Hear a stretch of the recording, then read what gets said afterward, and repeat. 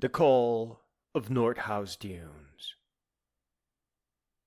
There comes a time in the life of every man and woman when the wild calls with a voice that cannot be denied. It speaks not in whispers, but in the thunderous crash of Lake Michigan's waves against the pristine shores of Nordhouse Dunes. It beckons not with comfort, but with the promise of struggle made sweet by freedom, of hardship transformed into joy by the alchemy of wilderness.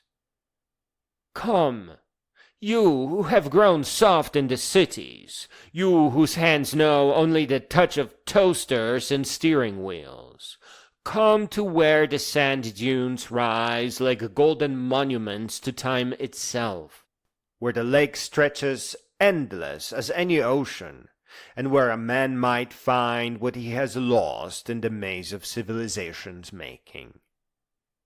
This 4th of July, do not celebrate freedom with fireworks alone. Live it. Pack not for a weekend, but for months. Pack as if you were meant to stay until the ice forms and breaks again, until you have drunk deep from the cup of wilderness that our forefathers knew was the birthright of every American soul.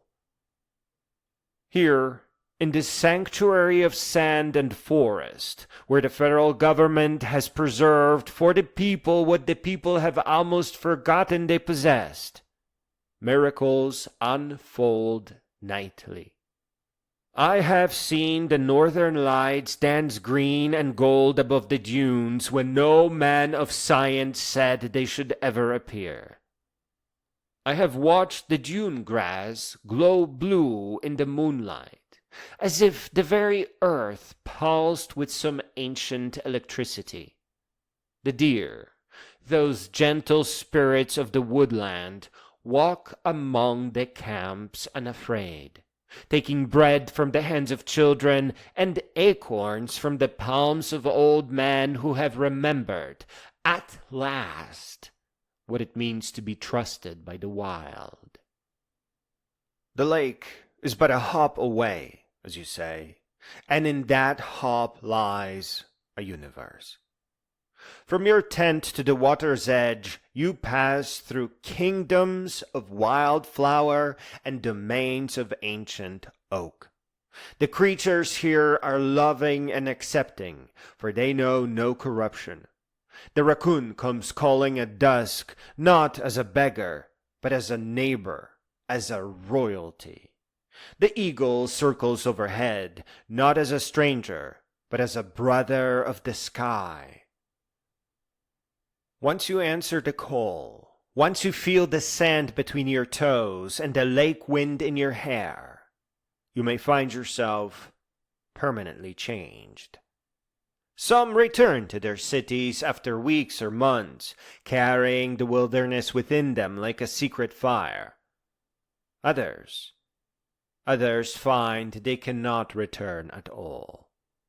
They shoulder their packs and continue walking the trails that lead everywhere, to the Pacific's roaring shores, to the Atlantic's rocky coasts along the spine of the Appalachians, through the mysterious mists of the Smokies. Now you listen carefully. There is no right or wrong in this choice. There is only the choice itself, and the man or woman who makes it. You can return, or you can stay. I say to you, especially you whose hair has grown silver with years, that you are not old. That's just trickery. You are experienced. You are not tired. You are seasoned. You are the great adventurers of our time, and your time is far from finished. The trails that call to you now call not to your youth, but to something deeper, to the part of you that has always known that life is meant to be lived fully, completely, and without reservation. Do not return to your former life until you have exhausted every wonder. No, do not go back to your desks and your schedules until you have read every book that speaks to your soul by firelight, until you have blazed every trail that whispers your name.